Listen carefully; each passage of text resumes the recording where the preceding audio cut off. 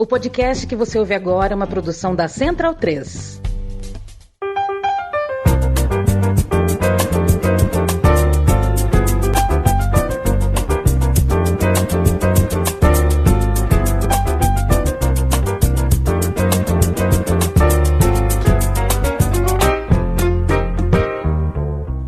Meio Campo, episódio 36. Bom dia, boa tarde, boa noite, muito bem-vindo, muito bem-vinda para você que nos acompanha ao vivo, gravado, em live, em podcast. Eu me chamo Leandro Amin, muito prazer, aperte minha mão e receba o meu abraço. Estou ao lado de Matias Pinto. Gostou dessa, Matias Pinto? Não peguei. O que você acha de eu essa assumir? Criação sua ou tem alguma referência? Não, eu acabei de criar, mas eu posso assumir. Gostei, viu? Aperte minha mão e receba o meu abraço. Mas parece coisa de político de centro-direita dos anos 80. Assim. É verdade. Lembra o Guilherme Afif? Eu e você? É verdade. Juntos. Nossa, eu não lembrava disso, agora eu lembrei. Era isso? Era alguma coisa. Ele fazia, o sinal era esse. Era esse. É. Felipe Lobo, eu acordei meio SBT hoje, tá? Por isso que eu tô criando. Fora do ar eu criei já alguns jargões hoje, né? Tudo bem contigo? Salve, salve a O mim, moço de Limeira. Matias. Está bom, estamos aqui. Eu tô até com eco aqui. Qual é a internet que tá... você pegou em Limeira, ô Lobo? Qual a internet? É a www mesmo. Ah, garoto. Eu queria saber se você foi de Vivo, foi de Claro, mas você não quis me responder. Não vou fazer propaganda dos caras de graça, né? Se vocês quiserem pagar, a gente fala. Mas pode falar mal. Pode ser um, pode ser outra. Inclusive tem várias operadoras menores aqui no interior, né? Bem mais do que na capital. Na capital são só as grandes mesmo. Aqui tem tem propaganda no muro aqui, não sei o que, tal. É negócio. Depois eu te conto. Aqui... Depois eu te conto quando a Brisanet quase me deu um golpe lá em Maceió. Brisanet? Brisanet, que é a Brisanet, inclusive foi patrocinou. comprada por um grupo aí grande, acho que pela Oi? Eu não talvez, conhecia. não sei. Brisanet é forte no Nordeste, patrocinou o Ceará, acho, inclusive, outros times do... Mas assim, se bate uma brisa, o sinal cai... Acontece que quem faz a Brisanet lá em Maceió, onde eu morava, era Vivo também. Ah, tá. E aí eles fingiram que não tinha cobertura da Vivo para eu assinar a Brisanet. Eu falei, gente, eu já assinei com a Vivo. Não, mas a Vivo não pode. Eu esperei para ver, a Vivo foi. Sim. Tentaram me passar um trote. Bruno Bonsante, eu já vou te avisando logo de cara, viu, Bruno Bonsante? Eu abri o roteiro aqui, ó. Atalanta campeã, mudança no impedimento. Caso Paquetá, mudança de técnicos. Kroos se aposenta, Ranieri se aposenta. Oxi. Não vai dar tempo de falar do Abel Ferreira, a não ser que você queira falar sobre o Abel Ferreira em 3 palavras agora. Eu não tô entendendo muito o escândalo, viu? Sendo muito sincero. Eu acho que talvez no dohanews.net faria sentido ter um escândalo, porque o Abel aparentemente não cumpriu a palavra dele com o Al-Saad. Mas eu não consigo ver onde o Palmeiras foi lesado nisso. O cara ficou. Leandro Stein, muito boa tarde para você. Você tem uma caneta especial que você só assina contratos com ela? Assim, primeiro que eu não assino contratos, né? Então, tem essa questão. Os últimos contratos que eu precisei assinar foram online, né? Porque ultimamente, assim, os contratos que eu precisei assinar de aluguel, essas coisas, foram online por conta de pandemia e tudo isso. Então, não precisei de uma caneta e não tenho uma caneta especial esperando esse momento. Perfeito. Não sei se alguém de vocês gosta de caneta, assim. Tem gente que, né, gosta de uma Mont Blanc, não sei o quê, coleciona tipo relógio, caneta, assim, tipo relógio, Eu acho da hora, só não tenho uso pra ela. né? Eu acho que eu gostaria de ter canetas legais, mas eu não tenho o que fazer com elas. Seria o seu hobby se você fosse rico, Bons? Ter caneta? Não, acho que não seria esse. Se você fosse rico, Felipe Lobo, se você fosse rico, qual seria o seu hobby? Meu hobby? Bom, eu veria a corrida da Fórmula 1 em loco. Perfeito. Acho que essa era uma coisa legal. E eu faria coleção de videogame antigo, que é um negócio que gasta um dinheiro absurdo. E eu não tenho nenhuma paciência e dinheiro para fazer isso, mas tendo dinheiro e tendo tempo, quem sabe? Perceba, Matias, que se o Felipe Lobo meteu o www quando eu perguntei qual era a internet dele, ele perdeu a chance agora de responder que o hobby dele seria preto de seda. Né? Eu dei a chance. Ou seria um XR3, né? Poderia falar que o meu hobby é um XR3. Mas não teve numa placar o hobby? Alguém respondeu? É isso que falam. Foi a Carla Pérez. Perguntaram qual era o hobby da Carla Pérez nos anos 90. Ela respondeu e ela falou um XR3. Ah, o XR3. Provavelmente no SBT, porque o Yamin tá todo SBT hoje. Um abraço, Renan Silva, Nico Rodrigues, Cecília Madeira, o Gabriel Oliva aqui com a gente, fazendo mochila para sair um pouco da lama e ver o Grêmio em Curitiba. Boa viagem, Gabriel, que você vá e volte com a cabeça, o coração, a mente mais leve, se é que é possível. Zé Vitor, Matheus Cremonese, Marcelo Frondebock, todo mundo querendo saber, afinal de contas, o que vai cair na prova, qual é o tema de hoje. Já dei um pouco de dica e começo a conversa para valer. Vamos tocar esse roteiro, o Felipe Lobo, com a Atalanta campeã. Quer dizer, o Bayer Leverkusen ficou quase um ano sem perder um jogo valendo o campeonato, né? Foi 360 dias, se eu não estou enganado, 359. 51 jogos. Ou 51 jogos, quase uma temporada inteira. Duvido que alguém em Leverkusen esteja falando agora no boteco, assim, até porque não deve ter um boteco em Leverkusen. Assim, na hora que tem que ganhar, não ganha. Mas o fato é que... É na salinha do café da Bayer. Sim, perfeito. Perfeito. Onde os torcedores... No hall de funcionários, né, Bonsa? Ali no hall de funcionários. Onde farmácia. Tem aquelas maquininhas de café, assim, grande, que você aperta o botão. De café, aquelas mesas redondas e tal. O fato é, Felipe Lobo, como é que a Atalanta causou tanta dor de cabeça a esses torcedores? Gostou dessa? Essa causou... Sacou? Essa foi boa. Foi boa também. Foi boa também. Eles tiveram que tomar uma aspirina no dia seguinte, né? Então... Mas, bom, primeiro a Atalanta teve a Atalanta é curioso, né? O início da temporada da Atalanta não foi tão bom, teve altos e baixos, teve um final de temporada muito bom e é um time muito ofensivo e que se mexe muito em campo, né? E até o Lookman acabou sendo o herói da final, né? Fez 3 gols.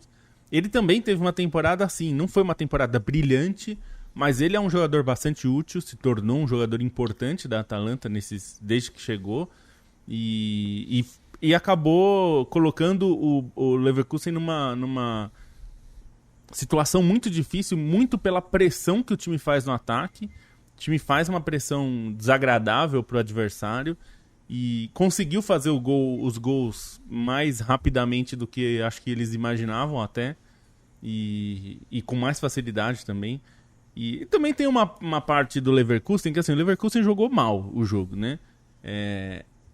Toma o gol e aí quando meio que não esperava e não soube reagir. Acho que tem um pouco do sintoma de fomos campeões invictos também, né? Porque tem um quê de sacrifício, né? Quando você tá jogando uma final e toma um gol, assim, a situação é muito difícil, né? Porque você só tem aquele jogo para reverter, né? Precisa de uma mobilização muito grande. E acho que tem um aspecto aí que a gente se mobilizou a temporada inteira, sabe? Claro que o jogador não pensa isso, eu não acho que é uma coisa pensada. É que eu acho que quem tá com muita fome, e o caso da Atalanta era esse, a Atalanta não ganhava um título desde os anos 60. É um time que tá... E perdeu uma final na semana passada. E perdeu uma final na semana passada contra uma Juventus horrorosa, inclusive, né? Que é uma Juventus das piores. Aí, o Allegri foi demitido faltando... nada pra acabar a temporada. Ataque quase. De pelanca de Allegri. Não, Allegri dando chilique, coisa ridícula mesmo. Uma vergonha. A Juventus foi uma vergonha essa temporada, né? Independente dos resultados, o desempenho foi muito ruim. Então a Atalanta tava mordida, né? Porque esse trabalho do Gasperini tem sido muito bom, mas nunca teve um título, né? Chegou à Champions League, que foi um grande momento, mas... curiosamente, foi um grande momento e foi um momento de muita desgraça na vida de todo mundo, né? Porque foi a pandemia e muita gente atribui aquele jogo em Milão um espalhamento maior do vírus em Bérgamo, porque lotou o estádio, foi logo antes de fecharem os estádios. Muita gente foi de Bérgamo para Milão, que era um dos pontos mais críticos do início da pandemia, voltaram para Bérgamo. E muita gente até falou, né? Eu vendo nos veículos italianos que assim, muita gente não tem mais a voz hoje. Por causa disso. A Clara Albuquerque, eu acho que... A Clara Albuquerque até ressaltou isso no canal dela do YouTube. Ela falou sobre isso também. Ela inclusive contou um pouco mais sobre a ida dela à Atalanta logo depois ali daquele episódio, quando as coisas ainda estavam um pouco difíceis, mas já estava mais aberto.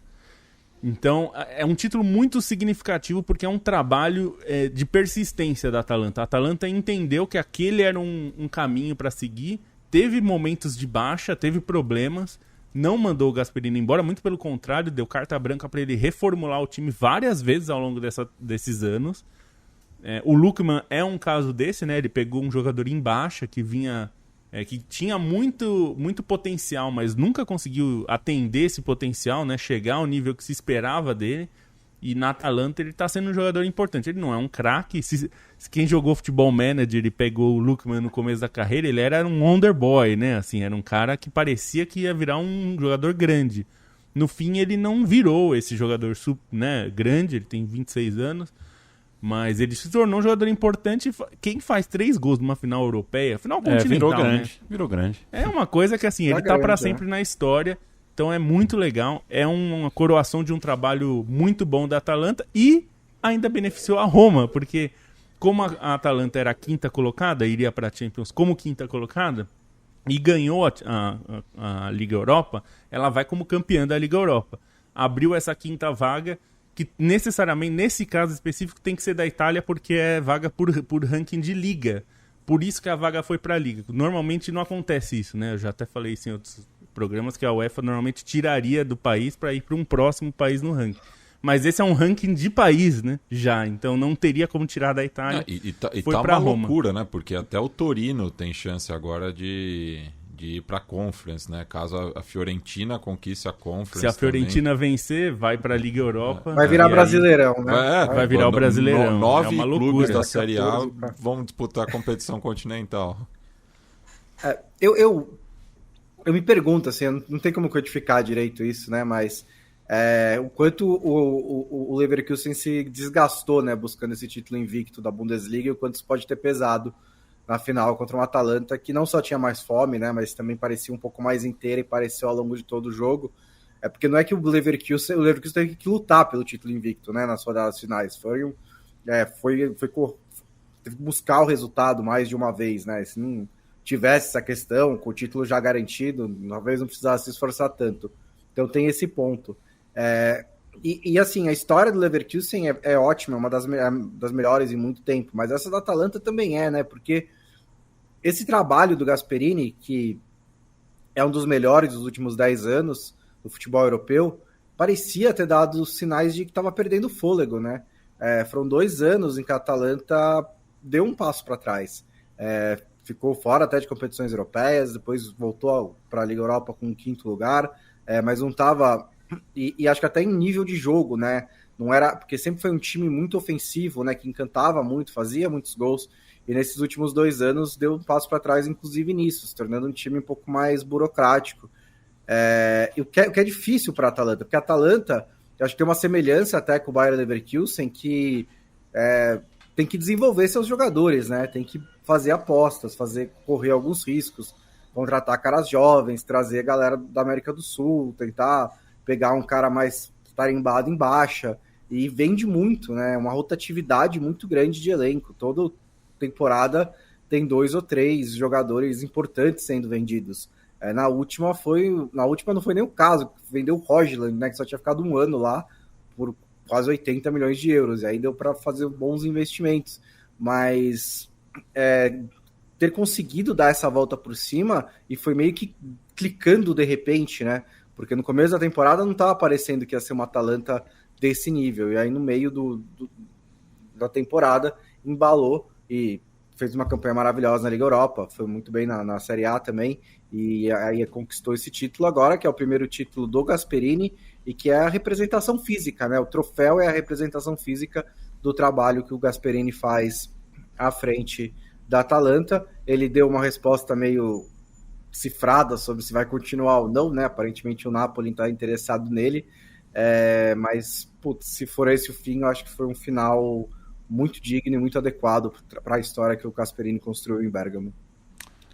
Dá até para a gente dividir, né, esse período do Gasperini em 2, basicamente. Acho que as 5 primeiras temporadas a gente tem um trabalho mais claro ali, que é daquele time protagonizado sobretudo pelo Papu Gomes e pelo Ilicic, né? E aí, até pelo racha com o Papu Gomes e pelos problemas psicológicos do Ilicic, começa uma renovação um pouco mais clara. Esse time, nas últimas 3 temporadas, ele oscilou muito dentro da Série A, né? Se a gente for olhar as campanhas, a Atalanta chegou a ter sequências de vitórias assim muito grandes, mas daqui a pouco despencava, então não conseguiu ser regular o suficiente para que a gente prestasse atenção nesse time na Série A, mas chegou a fazer jogos grandes, chegou a fazer jogos competitivos, e essa campanha na Liga Europa acaba refletindo muito isso, né? Assim, a maneira como o time bate de frente com o Leverkusen nessa final, a própria classificação contra o Liverpool, enfim, a Atalanta teve jogos grandes nessa campanha também para referendar o que está fazendo. É um time com bons nomes também, né? Nessa passagem de guarda, acho que todo mundo acaba olhando o Lookman por essa final, porque assim, o que ele fez nessa final, acho que nesse século, só dá para comparar assim, numa final europeia com o Falcão Garcia contra o Chelsea na Supercopa, mas a Supercopa é uma final teoricamente menor, né? Assim, a questão de número de gols tinha sido o único hat-trick, única tripleta nesse século, né? Se a gente for fechar nas outras competições europeias, excluindo a Supercopa, só o Jupp Heynckes em 75, né? No Borussia Mönchengladbach, mas tem outros bons jogadores nessa Atalanta, né? Se for olhar, por exemplo, no gol, o Karnecek faz uma excelente Série A, é talvez o melhor goleiro da Série A, e quem jogou a Liga Europa é o Musso, que também é um bom goleiro, né, que era o titular da Atalanta, e eles fazem essa opção pelo Karnecek mais recentemente. O Kopp Meiners no meio campo, muita bola, e assim, para mim ele é também um dos caras responsáveis por um dos lances mais importantes dessa final, pelo passe que clareia a jogada do primeiro gol, né? O passe dele é excepcional. O Ederson fez um jogo monstruoso, né? Assim, a maneira como ele cobriu o campo e vem muito bem na Atalanta, né? Ele vem numa crescente, se a gente for considerar desde os tempos do Fortaleza. E aí outros bons nomes, né? O Ruggeri é um bom ala pela esquerda, o De Ketelaere fez uma temporada muito boa, o Scamacca com gols decisivos. Então, uma Atalanta que mostrou serviço, e nessa final, assim, eu vi algumas pessoas falando sobre escolhas do Xabi Alonso, sobre ter escalado mal o time. Assim, eu concordo que o time não funcionou, mas eu entendo também a ideia do Xabi Alonso, porque muitas das opções que ele fez nesse jogo, ele já tinha feito em jogos grandes da temporada, né? Essa questão de entrar com o Stanisic do lado direito e nesse jogo foi o Frimpong, né? Mas contra o Bayern tinha sido o Tella. Já foi, por exemplo, o jogo contra o Bayern de Munique, é uma formação bastante parecida com os 3-0, uma formação bastante parecida com essa final. Assim, acho que o time faltou uma presença de área ali, principalmente com o Boniface saudável. Entendo que não deu certo a opção pelo Stanisic do lado direito, porque ele acabou dando brechas também, né? Além do Xhaka ter feito uma partida ruim, muito abaixo do que foi a temporada dele, o Stanisic e o Frimpong, ele achei que tiveram dificuldades para conseguir cobrir aquele lado direito, mas, assim, são decisões compreensíveis dentro daquilo que foi a própria temporada do Leverkusen, né? Porque não era nada diferente, assim, exatamente do que foi usado em jogos muito grandes. Essa decisão, ela tem os méritos da Atalanta. Assim, se a Atalanta ganhou com todas as sobras, é muito mais por méritos dela do que por deméritos do Bayer Leverkusen, porque exatamente soube como bloquear a saída de bola, isso que o Lobo falou da maneira como o time sufocou na pressão sem a bola no primeiro tempo foi essencial, e aí no segundo tempo o time também pôde recuar mais e pôde manter o controle, mesmo que a bola fosse mais do Leverkusen. Então, uma partida perfeita da Atalanta nesse sentido tático, e para exaltar mesmo Gasperini, né? Um cara que chegou, assim, teve trabalhos em clubes maiores em que ele não correspondeu, né? Especialmente na Inter. Na Atalanta ele cria uma identidade de jogo, revela trocentos jogadores, aproveita uma estrutura mais modesta, mais de um clube em crescimento, né? Vamos lembrar que a Atalanta, enfim, inaugura estádio nesse período, se torna frequente nas Copas Europeias como nunca tinha sido, e ele é responsável não só pelo maior título da história do clube, mas ele tem uma responsabilidade imensa no crescimento da Atalanta como um clube de mais respeito dentro da Itália, né? É um clube tradicional, é um clube que tem uma torcida fanática, mas assim, esse respeito que a Atalanta traz hoje em dia, tanto na Itália quanto na Europa, isso é uma construção do Gasperini, e se ele sair, é esse o legado que fica. E só para arrematar, né, falando também da parte do Bayer Leverkusen, né, que nas 3 frentes que ele estava vivo, e chegou, né, até o final da temporada, né, que mostra a competitividade dessa equipe comandada pelo Xabi Alonso. Eu acho que aqui, assim, na ordem de importância para os torcedores, talvez a Liga Europa eu acho que ficasse por último, assim, né? Até pensando no retrospecto anterior, né, do Bayer Leverkusen, que já tinha ganhado, né, a Copa da UEFA, né, que é a predecessora da Liga Europa, numa campanha muito boa, né, eliminando Barcelona, o Feyenoord, né, aquele time do Tita, né, e que é campeão justamente diante do Espanhol. Na época era ida e volta, né, perde o primeiro jogo justamente por 3-0 em Sarriá, consegue o mesmo placar a favor em Leverkusen e é campeão nas penalidades, né? E pensar, né, que ainda tem a Copa da Alemanha, que vai ser disputada amanhã, né? Então não tem nem tempo para se lamentar, né? Já tem esse compromisso contra o Kaiserslautern no Estádio Olímpico de Berlim. E a única conquista que o Bayern tem dessa competição não tem a mesma dimensão, né? Porque é até curioso, né? Eu estava pesquisando sobre o Bayer Leverkusen é campeão da Copa da Alemanha temporada 92-93, ganhando do time B do Hertha Berlim, sendo que ele já tinha eliminado o time principal do Hertha Berlim em uma fase anterior, né, da Copa da Alemanha. Então, agora eu acho que essa dobradinha, né, com a Bundesliga histórica, né, invicta, e que eu acho que isso teve um desgaste muito grande, né, no psicológico, físico dos atletas, né, porque quando esse objetivo ficou tangível, né, depois do título em si, né, e poder fazer essa história, eu acho que tem esse peso, assim, né, então não é uma justificativa da derrota para a Atalanta, mas mostra realmente, né, que são jogadores, enfim, são humanos, enfim, estava indo uma carga emocional e física muito grande, né, nessa reta final.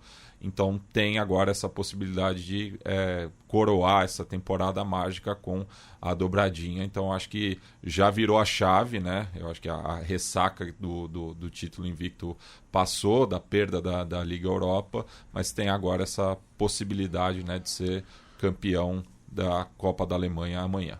Quero mandar um abraço para o Joab Epifânio, diretamente de Maiorca. Para você já é boa noite. Ele está voltando de uma peladinha, bateu uma bola.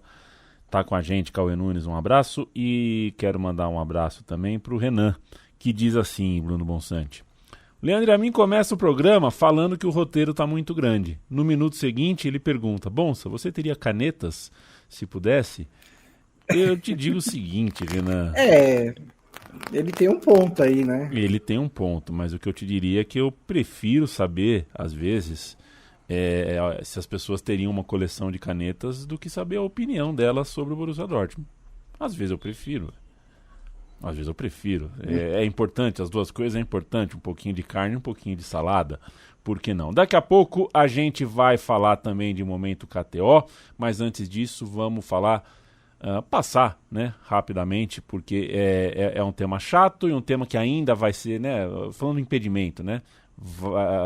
A mudança pode ser que aconteça, vai ser testada, ainda não está implementada, mas a gente tem uma possível mudança no impedimento. Eu acho que o impedimento deveria ter só as linhas mais grossas, porque com a linha mais grossa você tem o conceito de mesma linha, né, quando as linhas se tocam. Agora, quando a linha é fina, milimétrica, você vai ter sempre esse limite, vai ter sempre uma discussão que eu acho que está chegando nesse lugar, ô Bonsa.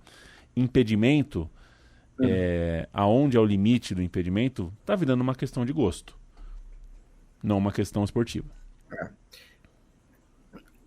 E o que é curioso, né? Porque agora que a gente tem o VAR, deveria ter padronizado mais, né? Porque você tem as imagens para fazer a conferência.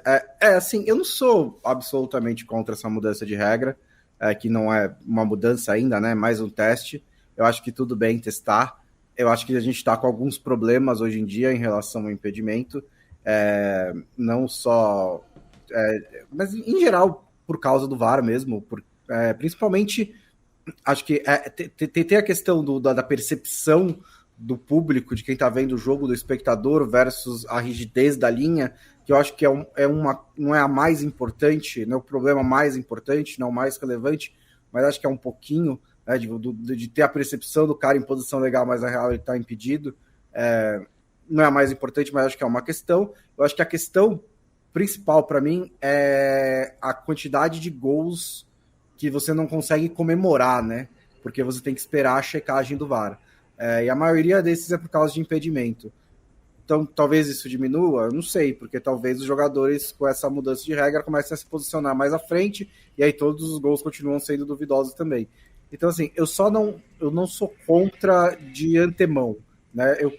Vamos testar, vamos ver o que vai acontecer. Não sei se vai resolver todos os problemas que eles acham que vai resolver, mas eu acho que vale o teste. Eu tenho 2 pontos, assim, principais. Um é sobre a questão, isso beneficia os atacantes, né? Assim, sem muitas dúvidas, tá um corpo à frente pode fazer uma diferença tremenda. Agora, a outra questão que eu coloco é que, assim, basicamente é depender do VAR, né? Porque a diferença entre o que é referência e o que... Assim, o referencial muda, é o referencial que muda, não é que isso vá impactar no impedimento em si. Acho que tem um ponto principal pro juiz que está trabalhando, porque, assim, precisaria fazer estudo e tal, mas por impressão, minha impressão é que é mais fácil você perceber alguém que está um pé à frente, uma cabeça à frente do outro, do que perceber o pé que ficou para trás e está na mesma linha do zagueiro. Então, acho que essa mudança... Isso porque já está muito treinado, né? A gente já está muito treinado a perceber o primeiro e a gente não está treinado a perceber o segundo. Não, exatamente, por estar treinado vai ser uma readaptação difícil, vai depender de uma necessidade até maior do VAR, né? Então, minha questão, assim, além de tudo, é tornar isso mais dependente do VAR e talvez ter um impacto negativo nos campeonatos que não tem o recurso do VAR, né? A partir dessa mudança. Eu acho que só uma questão também, só para pontuar, é que o VAR mudou justamente a percepção do que é o impedimento, né? Essa busca excessiva assim, pela justiça. Então, gols assim, que antigamente, né, a gente não achava que deveriam ser anulados, agora são passíveis de debate, né? Então está se discutindo agora essa questão o que é a mesma linha, né? Então por isso que justamente quando não vai ter nenhum contato nessa linha imaginária que vai ser anulado o gol, né? Acaba beneficiando os atacantes, mas é uma resposta da International Board, da FIFA, enfim, justamente aos gols, né? Porque o pessoal quer ver mais gol, então eles acabaram, enfim, obedecendo a lógica do público, né? Que está em casa, no estádio, assistindo. Acho que tem... Eu acho essa regra, essa mudança extremamente problemática. Acho que cria um problema maior do que a gente tem hoje. Eu sou muito mais a favor disso que vocês falaram. De, por exemplo, ter uma linha maior e que você consiga, assim, e aí as linhas dos dois, né, tocando, não teria tanto problema. E eu acho que o que resolve mais os problemas nesses campeonatos onde há o VAR é o impedimento semiautomático. Isso ajuda muito mais. Sempre vai ter, mesmo com o impedimento semiautomático, um impedimento muito por centímetros. Mas eu acho que esse modelo novo é o que vocês falaram, passa a depender completamente da verificação. Porque, assim, hoje, mesmo com todos esses problemas, o impedimento que o cara tá um tronco na frente é fácil de perceber. Agora, para saber se o cara vai estar em posição legal vai ser difícil, porque vai ficar num limite muito difícil de você medir no visual, e pensando onde não há o impedimento semiautomático, que vai ter que traçar a linha, vai ser um problemaço. Vai ser difícil traçar essa linha para conseguir colocar, né, exatamente para saber se eles estão, se tem alguma parte tocando. Os testes foram feitos já, na verdade, né, em campeonatos de nível de terceira divisão, quarta divisão da Holanda, da Itália. Eles não mostraram nada pra gente, então a gente não sabe. O que a gente ouviu os testes foram um sucesso. Eu não acredito em teste que foram um sucesso se você não mostrar o que aconteceu. Dados, pelo menos, né? Se não tem imagens, pelo menos os dados. Sim. Eu não sou contra o teste, foi feito o teste. Eu acho que o conceito piora cria um problema novo tentando resolver um problema antigo. Acho que o problema hoje existe essa percepção, talvez vai ter que criar uma percepção diferente com essa coisa. Mesmo no impedimento semiautomático, você talvez tivesse que colocar ali algum tipo de tolerância, e aí eu não digo de centímetros, né? Teria que ser uma coisa, se você quiser fazer isso, vai ter que ser uma coisa mais visual. Então, assim, eu não sei qual que é a solução. Entre essa proposta e a atual, eu prefiro ficar na atual. Eu acho que a gente tem que pensar em novas, em soluções. Mas essa mudança eu acho que criará mais problemas do que resolve. E o que o Matias falou é verdade. Onde não tem VAR, isso vai ser caótico e vai ser péssimo, porque aí não tem como rever, né? Então, assim, mas ele tava com um pezinho atrás. Putz, hoje eu acho isso problema. Assim, não acho que resolve, não. E em lugares como a América do Sul, e no Brasil especificamente, onde as pessoas adoram ficar falando sobre questões de que é tudo para favorecer o Flamengo, o Corinthians, o raio que o parta, vai ser pior. Eu acho que você tende a criar um problema maior. Se você colocar... No Brasil, se colocasse linha maior já resolvia, ou pelo menos ajudava muito. O impedimento semiautomático ajudaria mais ainda. Pelo seguinte, né? Na minha concepção, 1 centímetro não é impedimento. Do ponto de vista do espírito da regra, 1 centímetro não é impedimento. Então, se a linha é um pouco mais grossa, 1 centímetro, o cara não está impedido na regra que a gente tem hoje. Por isso que eu defendo, eu acho que a linha mais grossa resolveria o problema do espírito da regra, que para mim é o problema principal que a gente tem hoje no impedimento. Essa linha de milimétrica, eu acho que pega de jeito no espírito da regra. Um beijo para você, Bruno Rodrigues, foi um prazer te encontrar no último sábado, vi um jogo seu, o seu time fez um gol, você foi comemorar na torcida adversária, que a torcida estava apupando você. Aí você foi na torcida adversária e subiu no alambrado e cortou a mão. Sangrou a mão. Parabéns, Bruno. Foi muito legal da sua parte, né? Você pagou um cafezão aqui pra gente. Muito bem, espero que a sua mão já esteja recuperada. Vai comemorar com a sua torcida, porque aí essas coisas não acontecem. Você foi punido pelo destino do alambrado do, sei lá, Soccer Society Board. Fica um abraço também pro amigo Flávio Bandeira, né? Claro. Eu não estive com ele, mas fiquei sabendo que ele estava em São Paulo para a disputa da Copa Jorge Campos. Ele que tem feito muito lá em Porto Alegre, né, que é a cidade dele, e aproveitou, né, para dar uma desbaratinada, né, por tudo que está acontecendo lá. E um abraço também, beijo. Craque, lançou, o time dele era ele lançando bola ali pro Salgado, mas não deu certo, né, o time foi mal. Parecia que tinha problema de vestiário, viu? Grande decepção da Copa, né? Era o time do Dornelles também, né? O time do Dornelles e tal. Então, o time do Diego também era o grande favorito da competição. Quero dizer que o Bruno Bonsante jogou num time que era o Paris Saint-Germain, jogou contra o Olympique de Marselha, ganhou e ficou feliz.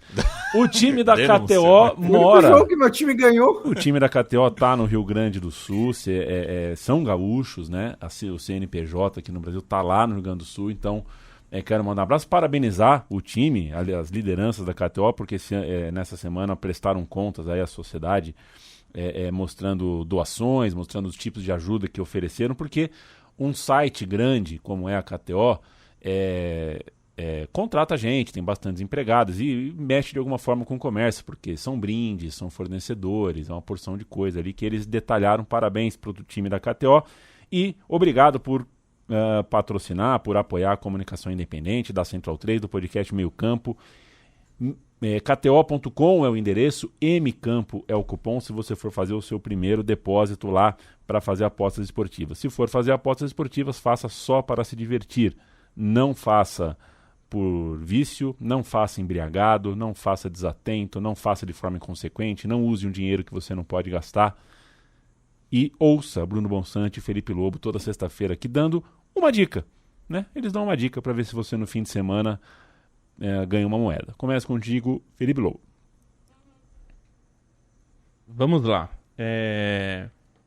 Vou começar com uma novidade da KTO, que tem uma coisa que agora a KTO coloca como oddão, que é uma odd muito grande, né? Então, na final da FA Cup, entre Manchester City e Manchester United, em que o City é amplamente favorito, tem uma interessante, que é o Manchester City com um total de gols específico do time de 2,5. Isso aqui é apostar na desgraça do Manchester United, o que ultimamente é meio fácil de apostar. Então é 2,13 a cotação. Se o City vencer por 3-1, você já venceu. O importante são os gols do City nesse caso, tá? Tem que ter pelo menos 3 gols para valer a aposta. Mas eu acho interessante porque o City é uma máquina e o Manchester United é uma geringonça, então não vai dar.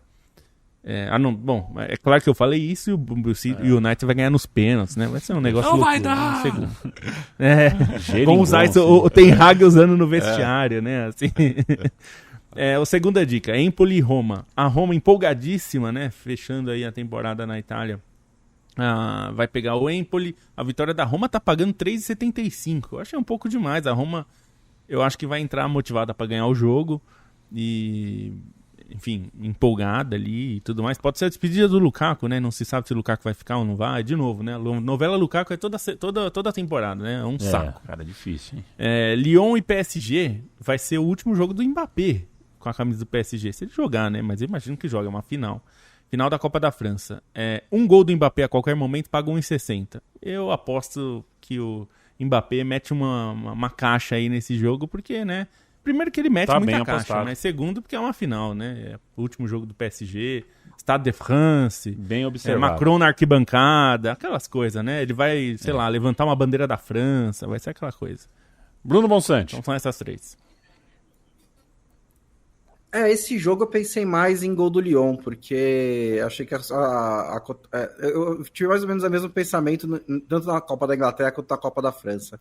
As cotações um pouquinho demais a favor dos favoritos.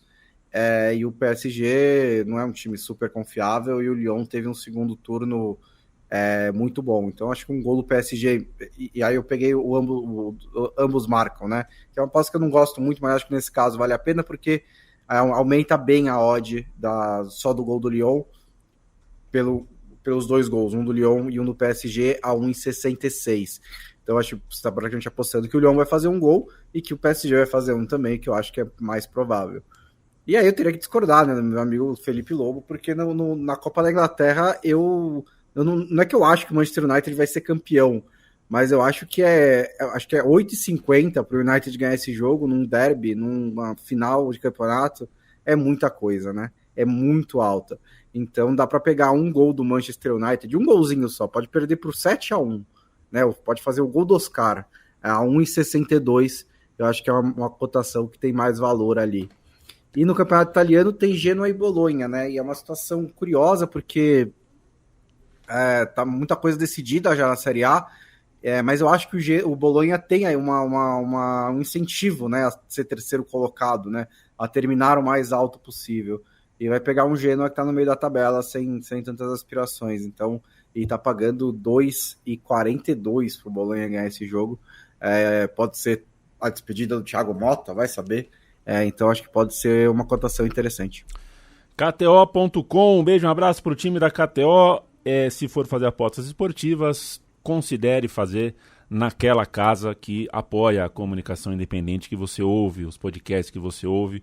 Acreditem, isso faz bastante diferença pra gente e a gente confia nas cotações, na plataforma. KTO está indicada por nós e, repito, se for fazer apostas, não faça se estiver embriagado, não faça se estiver ansioso, não faça apostas esportivas se você estiver sentindo sintomas de vício, de depressão ou de qualquer coisa que te tire de uma certa normalidade. E não aposte se você for meio campo do West Ham. Eu gostei do gancho.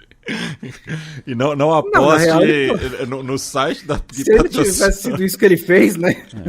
Se ele tivesse apostado, seria menos assim, grave. Pois é, assim, é verdade. Porque esse aqui é o grande negócio dessa história, né?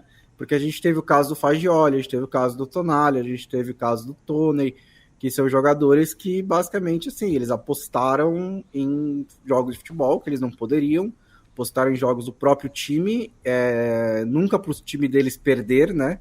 Quando eles estavam jogando, eu acho que o Toney teve uma vez que apostou para o time perder, mas ele estava suspenso. Era alguma coisa assim. Basicamente por isso, né? Por vício, por tédio ou o que quer que seja, o que, beleza, cometeram a infração, não justifica. O problema do Paquetá é muito mais grave do que isso, porque ele manipulou o resultado, né? Ele não manipulou o resultado do jogo em si, né? Ele não perdeu um gol de propósito ou cometeu um pênalti de propósito, mas ele manipulou os acontecimentos do jogo ao forçar cartões amarelos. Isso é muito mais grave do que o que os outros jogadores fizeram. Então, assim, se for confirmado, porque ainda está... Tem todo um processo, né? Exato, e de novo eu vou destacar a grande hipocrisia da CBF, que tirou o Paquetá da convocação quando ele começou a ser investigado e colocou de volta antes de sair qualquer resultado. E agora o Paquetá jogou as últimas vezes e agora está denunciado. E aí, agora vai para a Copa América ou não vai? Não sei também. Mas, então tem todo esse processo. Ele ainda está na parte da denúncia. Se for confirmado se ele for condenado, né? Se a FA confirmar que isso aconteceu mesmo, eu espero uma punição enorme para o Paquetá. Eu não gosto de exageros, mas potencialmente que pode terminar a carreira dele. É parecido o caso dele com o do John Ty Porter, né? O irmão do Michael Porter Jr., atleta da NBA, que apostava contra o rendimento dele, né? Que aí é mais fácil, né? É só você errar. Ele que não era também assim, não era um baita jogador, mas acabou sendo... Ele não pode mais jogar na NBA, né? Ele foi banido pela vida. E acho que é o certo, né? Acho que é o que tem que fazer, porque esse caso recente agora, né? Isso. Eu chamei brincando aqui, né, inclusive ele chegou a fingir doença, tipo, pra falar pro... Não, é uma loucura. Porque se você joga e sai do jogo e para, né, o under das suas... dos seus desempenhos individuais, ele entra, né? Você faz 2 pontos, machuca e sai, você fica com 2 pontos, não anula, né? Então ele chegou a fingir doença até para sair no meio do jogo. Foi bizarro esse caso. É isso. Eu chamei aqui fazendo uma graça, né, Lobo? Mas é importante frisar isso, né? Eu desconheço algo mais grave, algo que depõe, que deteriora mais o esporte do que o seu jogador, do que o atleta, do que a estrela do esporte conspirar contra o próprio jogo, contra o resultado do jogo. Então... a gente faz aqui brincando na leveza, mas o que, se comprovado, se punido que o Paquetá fez, para mim é a coisa mais suja possível e eu não vou lamentar, né, uma vez comprovado, não vou lamentar que seja suspenso, inclusive para a carreira, para a vida, né, no caso, como foi for life, né, a gente não tem uma tradução certeira para for life, mas não dá para, né, se fez pra isso para sempre, ok, se fez isso, não dá para voltar para a Premier League daqui 5 anos, 6 anos e achar que tá tudo bem. Só lembrando que o caso é da própria Premier League, né? Então só vale para as competições da Football FA, né? Association.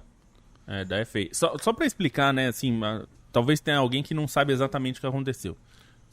Para explicar, o Paquetá está sendo investigado desde agosto do ano passado, tem suspeitas em 4 jogos. Leicester, no dia 12 de novembro de 22, Aston Villa, 12 de março de 23, Leeds, 21 de março de 23 e Bournemouth, 12 de agosto de 23. Qual é a suspeita? Que nesses 4 jogos ele levou cartão amarelo. A suspeita é que ele forçou o cartão para beneficiar apostadores. Por que se desconfiou disso? Porque as casas de apostas são monitoradas. curiosamente, as apostas foram feitas na Betway, que é patrocinadora do West Ham. E, obviamente, não tem nenhuma participação da casa de apostas. Só estou falando que, assim, é uma curiosidade. Sim. E a questão é que as apostas foram rastreadas, essas específicas nos cartões do Paquetá foram rastreadas de terem sido feitas no Rio de Janeiro e especificamente na ilha de Paquetá, onde ele tem parentes. Por isso, é uma acusação nesse momento. Não tem uma comprovação, ou pelo menos eles não apresentaram provas. Talvez, se existir provas, a gente ainda não teve acesso a elas, mas a suspeita é por isso. Então ele teria tomado cartão para beneficiar alguém que apostou nisso. E aí, por que isso é mais grave? Eu falei aqui, por que é mais grave que, por exemplo, os casos de jogadores suspensos recentemente, como Tonali, Fagioli... Fagioli na Itália, o Tonali estava na Itália, foi para a Inglaterra, e o atacante do Brentford, como é o nome mesmo que eu esqueci? Toney. O Toney. Por que são mais é mais grave? Como vocês falaram, isso é considerado manipulação de resultado, quando você mexe, você jogador mexe em algo do jogo, seja fazer um escanteio de propósito, ou, enfim, qualquer coisa que você consiga, que a promotoria consiga provar que você fez de propósito ligado a uma aposta, isso é manipulação de resultado, não é só gols, ou perder, ou ganhar. E no caso desses outros, o que eles foram punidos foi por eles terem feito apostas, e quando não é no seu time, ou não está nos times que você atua, é menos grave, mas ainda é grave. Todos eles tomaram punições, e as punições são grandes, assim, de 8 meses, de 1 ano. Vai perder euro, né? Tonali perdeu a temporada, vai perder euro. Enfim. Perdeu a temporada, então, assim, o Toney perdeu praticamente uma temporada, quase toda, né? Não, eu acho que tá então, claro, assim, né, Lobo? Tá claro a diferença entre você apostar numa coisa sua... porque assim, quem aposta, o Tonali pode ser só um viciado, cara. E o viciado precisa de ajuda. O Toney, o Tonali e o Fagioli, todos eles admitiram vício em apostas, que eles gastam dinheiro. Inclusive o Fagioli perdeu milhões, perdeu acho que 2 milhões de euros assim, e é um jogador que não é consagrado. Então, assim, não é que isso faz diferença para todo mundo, mas assim, nós estamos falando de um cara que realmente tem problema com o jogo. Nesses casos, eles tomaram punições graves, mas o precedente, no caso do Paquetá, se for comprovada a acusação que foi feita, ele pode tomar ganchos, como aconteceu antes dele, de coisa de 8 ou 10 anos. É praticamente encerrar a carreira. É um banimento, né? E existe, inclusive, a punição máxima é banimento completo do futebol. Então, por isso que é muito mais grave. Se ele for punido por isso, pode ter certeza que a punição não vão ser 4 meses, nem 5 meses. Vai ser por 2, 3, 5 anos, vai ser uma coisa pesada. Então, assim, ele está se defendendo por enquanto, a gente não tem como saber exatamente o que aconteceu, porque a gente não viu as provas. Mas a acusação é de algo muito, muito grave. Algo muito mais grave do que esses que a gente citou. Perfeito. Eu vou querer falar com o Leandro Stein. A gente já tem 48 minutos de conversa aqui. Manda um abraço pro Fério Duarte, né, que fala aqui sobre... a gente acabou de explicar nessa coisa de ser na Inglaterra, mas pode escalar pra FIFA, enfim. O fato é que o Paquetá, né, vocês citaram que o Paquetá tem relação com a ilha de Paquetá, né? Será que se o Paquetá tivesse nascido em Piraporinha do Bom Jesus, ele seria o Lucas Piraporinha? Possivelmente, né? Vai saber, o Pira. Porque, olha, em Londres, o narrador fala Piraporinha. Difícil, hein? Eu lembro quando o Didi Lousada foi draftado e o Adam Silver falou Cachoeiro do Itapemirim. Pois é, não confie em países que não conseguem falar Guimarães. Leandro Stein, o negócio é o seguinte... Não é que foi uma surpresa completa, porque o Kroos já tinha, né, o Toni Kroos já tinha se manifestado no sentido de que não ia esticar a carreira até não poder mais, mas foi meio que sem molho, né? A gente acordou um belo dia e estava lá. Kroos se aposentou. Ele anunciou aos 34 anos que vai deixar de jogar. É um dos homens do 7-1 de 10 anos atrás, quando ele ainda era um moço de 24 anos. Eu quero saber, quando ele pisar sem chuteira, fora de um campo, em qual lugar ele vai estar. Que jogador é esse que se aposenta? Bom, vai ser lembrado como um craque, né? Acho que é o mínimo para considerar o Kroos. Talvez uma coisa que eu estava pensando que possa ser especial sobre ele, mas não é muita gente que vai comentar, é que muito provavelmente ele é o maior jogador nascido na antiga Alemanha Oriental, né? Ele nasce um ano antes da reunificação, meses depois da queda do Muro de Berlim, mas já no contexto da Alemanha unificada, né? Ele que é de uma região próxima da fronteira com a Polônia, a Pomerânia. Mais do que o meu xará? Oi? Mais do que o meu xará? Qual o seu xará? Matthias Sammer. Acho que é mais próxima da fronteira. Não, digo, o Kroos, você acha que é mais do que o Matthias Sammer? Acho que ao todo, sim, por Copa do Mundo. Ainda que o Sammer tenha a Eurocopa na conta, tem a bola de ouro, tem o período no Borussia Dortmund, acho que, assim, se for considerar o todo, não necessariamente premiações individuais, que acho que pesa para o Sammer, eu ficaria ainda com o Kroos, comparando os dois. E assim, é um cara que tem um momento bom quando surge no Leverkusen, né? Surge como uma revelação com o Jupp Heynckes, depois no Bayern de Munique ele se consolida, já pertencia ao Bayern de Munique antes, embora ele não tenha sido exatamente um protagonista do Bayern de Munique, é um protagonista na Copa de 2014, né? Especialmente no 7-1, assim, o que ele e o Khedira jogam naquela partida é estrondoso, e talvez até o posicionamento dele na Copa de 2014 um pouquinho mais resguardado pelo Schweinsteiger, né, que jogou atrás ali entre os volantes por condições físicas, até para se preservar, e também fez uma grande Copa. Isso ajudou a dar um indicativo também do que ele seria no Real Madrid, né, nessa posição mais recuada no meio-campo, enquanto protegido pelo Casemiro, enquanto o Kroos era mais um meia no Bayern de Munique, chegou a jogar pelo lado esquerdo do meio-campo no Bayer Leverkusen. É um cara que se consolida no Real Madrid.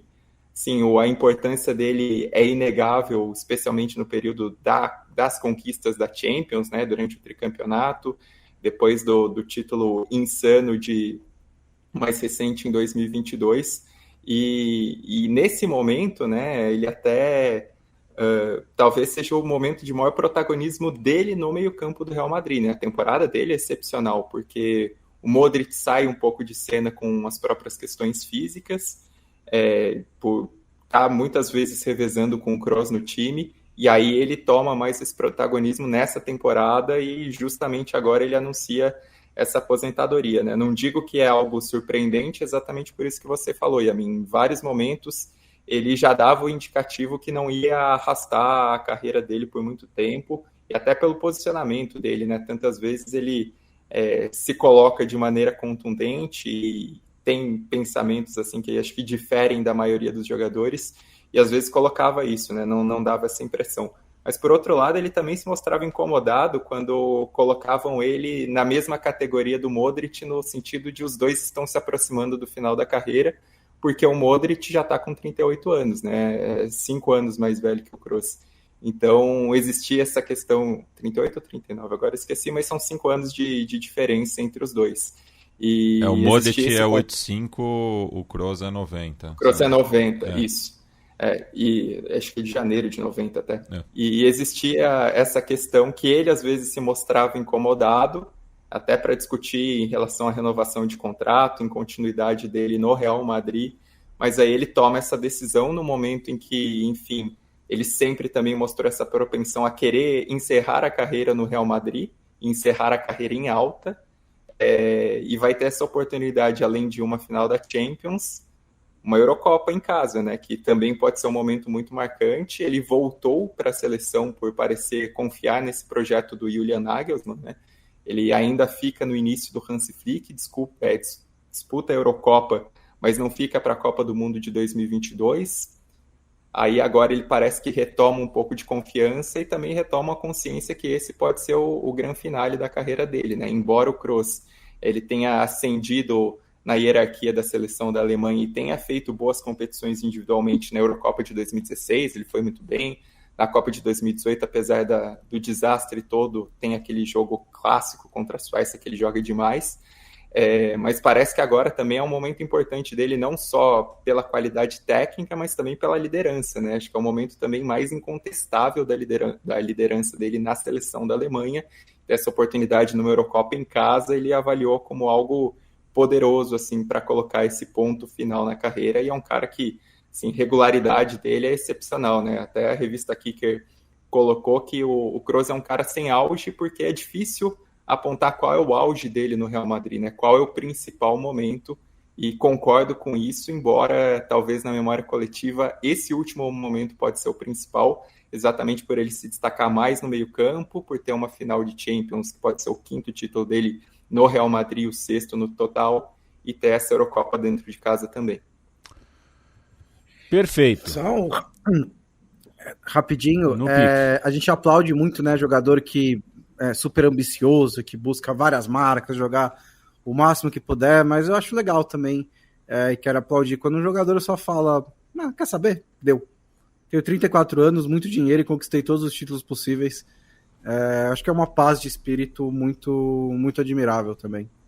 E tem uma coisa que é assim, você parar enquanto as pessoas querem que você continue. O Raí falou isso quando ele se aposentou com a mesma idade, aos 34 anos. Poderia continuar, né?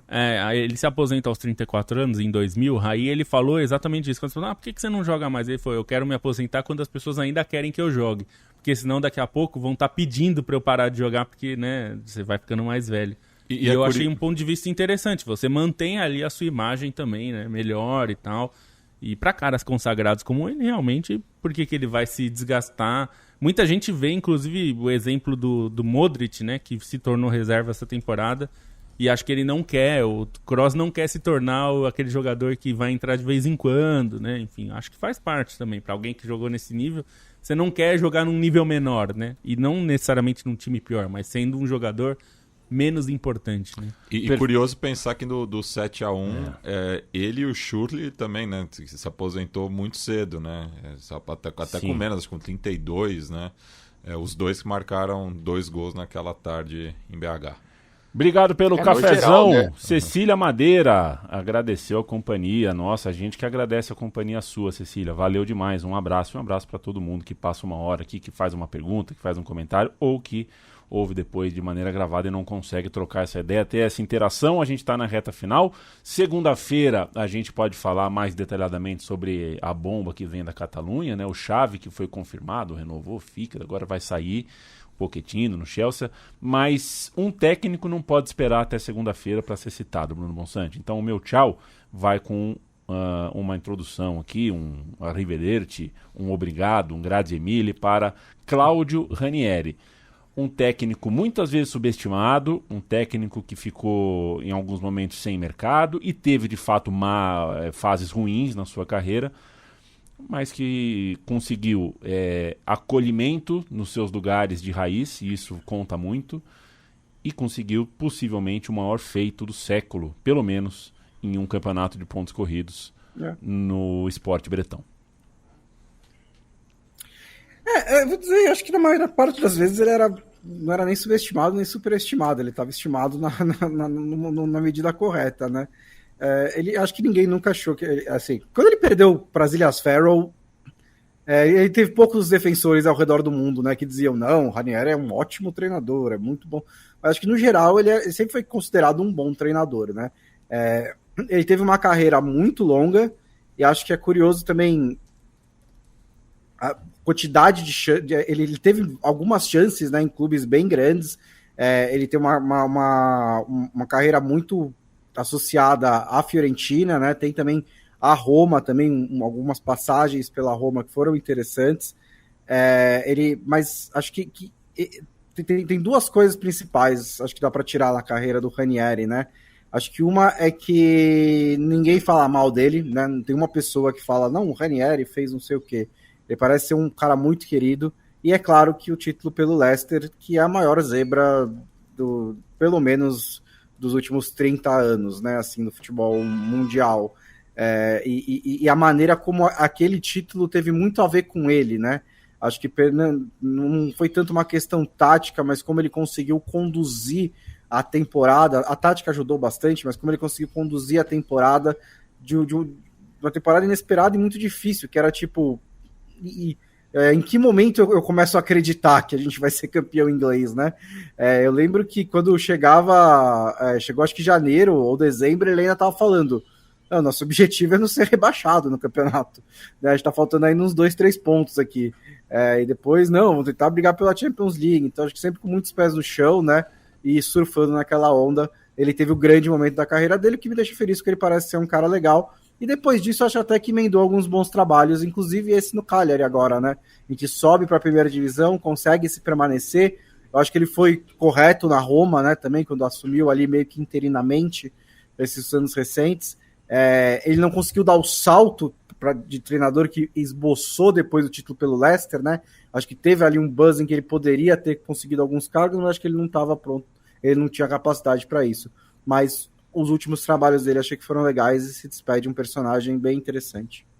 Até segunda-feira. Até segunda-feira, o Bruno Bonsante, para seu conhecimento, tá? A caneta Guinness Book, a caneta Aurora Diamante, ela é uma por ano. Eles fazem uma por ano. E aí, quem for mais rápido, quem tiver na lista, compra. Ela é Aurora Diamante, então, claro, ela tem bastante diamante, você pode personalizar com seu brasão, assinatura, retrato, mais de 30 quilates de diamante. Eu tenho um brasão. Já é alguma coisa. Custa 1.310.520 euros, tá bom? Você pode Tá bom, então é essa que eu vou comprar. Parcelar. Eu só vou comprar uma caneta se for essa. O brasão eu já tenho. Se eu não tiver dinheiro... Felipe Lobo, um beijo, abraço pra você. Viva Ranieri! Um beijo, um abraço a todos, e é isso. O Ranieri foi autor de grandes histórias, e é doido que ele passou o pior e o melhor momento dele foram colados, né? Porque ele tem esse momento de 4 jogos na Grécia, é demitido e é contratado pelo Leicester, e aí ganha a Premier League. É o alto e baixo mais rápido do Oeste, né? E realmente marcante. E só uma informação, o Guardian está cravando que Erik ten Hag deixará o Manchester United independente do resultado da FA Cup, o que a gente já imaginava, mas agora, né, deve sair. E muita gente está dizendo que o Pochettino... papelão que os clubes estão fazendo com o técnico esse ano, velho.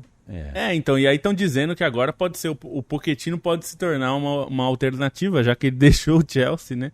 Eu diria que os caras podem olhar aí pro Pochettino, pro Xavi, vai saber, né? De repente você quer o Xavi. O maior moedor de carne do Nordeste da Inglaterra. Não, o Manchester United se tornou um moedor de técnicos e jogadores. Né? O Sancho saiu e imediatamente começou a jogar bola. É um negócio incrível. Sancho que não vai para a Eurocopa, né? E estão moendo muito técnico. Rashford também não. E tem técnico que falou...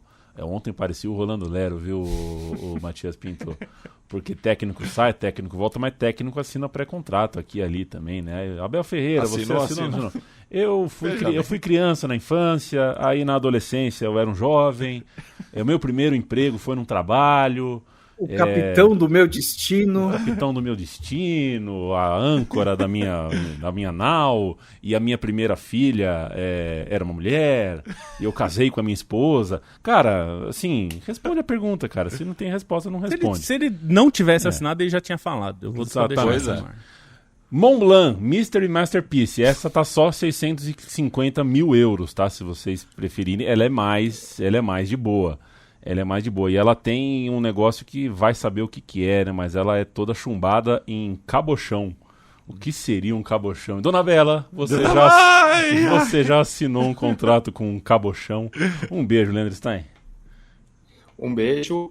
Sobre o Ranieri, assim, só para fazer uma passagem pelos períodos anteriores, coisas que são legais, assim, a gente destaca muito o lado humano dele, e ele tem um lado torcedor da Roma que ele nunca escondeu, né? Então isso acaba sendo muito bonito, e como jogador ele até começa na Roma, mas ele joga por muito tempo no Catanzaro, ele é o jogador da história do Catanzaro que mais vezes disputou a Série A. O clube não disputa a Série A desde 83, ele sai em 82, e o Catanzaro tá para subir, né? Então se o Catanzaro subisse agora, ia ser sensacional.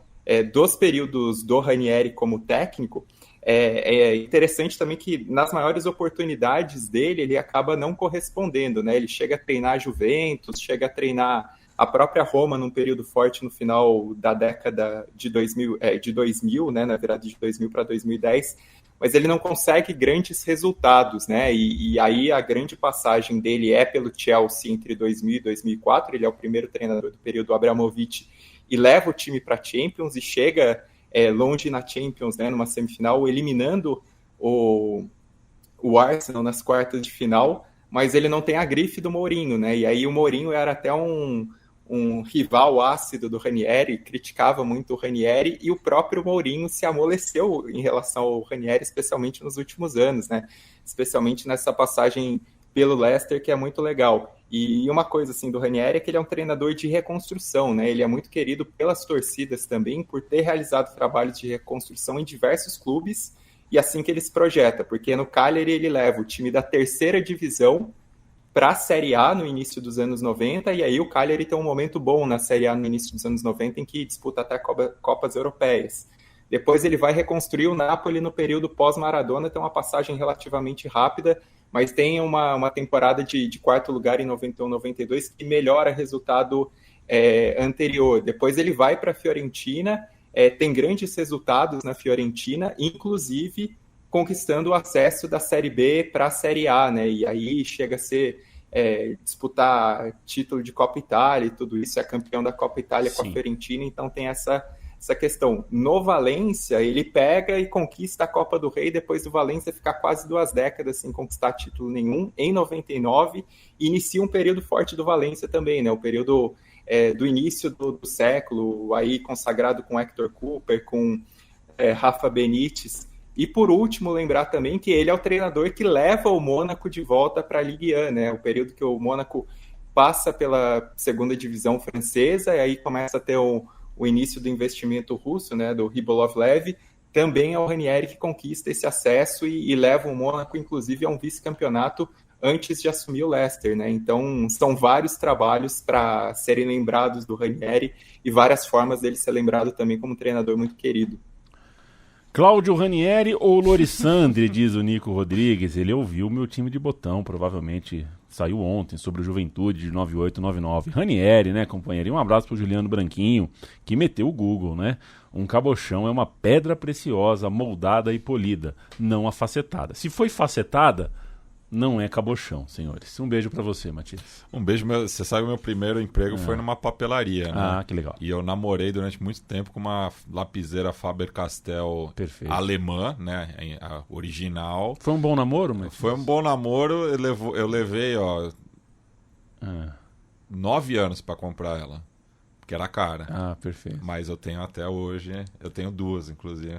Porque vai que eu perca uma... Entendi. Você colocou seu brasão nela? Não tenho brasão. Isso se chama luxo, Bruno Bonsante. Uma pessoa que tem um sonho de consumo e compra 2. Tipo, eu quero um iate. Meu sonho de consumo eu tenho 2. Você quer fazer uma maguilada, né? Uma maguilada para o nosso ouvinte, né, o André Villani, que escreveu o livro Jamais Escrevi Isso. É um livro de poesia sobre futebol. O título é meio contraditório, né? Afinal, mas ele escreveu. Bom, hein? E ele mandou uma edição para cada um de nós aqui, tem para todo mundo. O Leandro e a mim já está com a sua, com dedicatória. Exatamente. Então ficou agradecimento ao muito André Villani. E só dar um último destaque no pique, porque tivemos Copa do Brasil essa semana. Nenhuma surpresa, né? Acho que todos os favoritos passaram adiante. Ao contrário da Copa Argentina, na qual o River Plate foi eliminado pelo modesto Temperley, outro clube ali da Grande Buenos Aires, do sul da Grande Buenos Aires, né? Então temos a atual edição da Copa Argentina está com zebras em profusão, e destaque para o gol de empate do Temperley, que foi um golaço de voleio, uma jogada de lateral na área ali, já nos acréscimos, né? O time perdendo. O jogo foi muito disputado, inclusive, né? O River foi a campo com o que melhor tinha à disposição.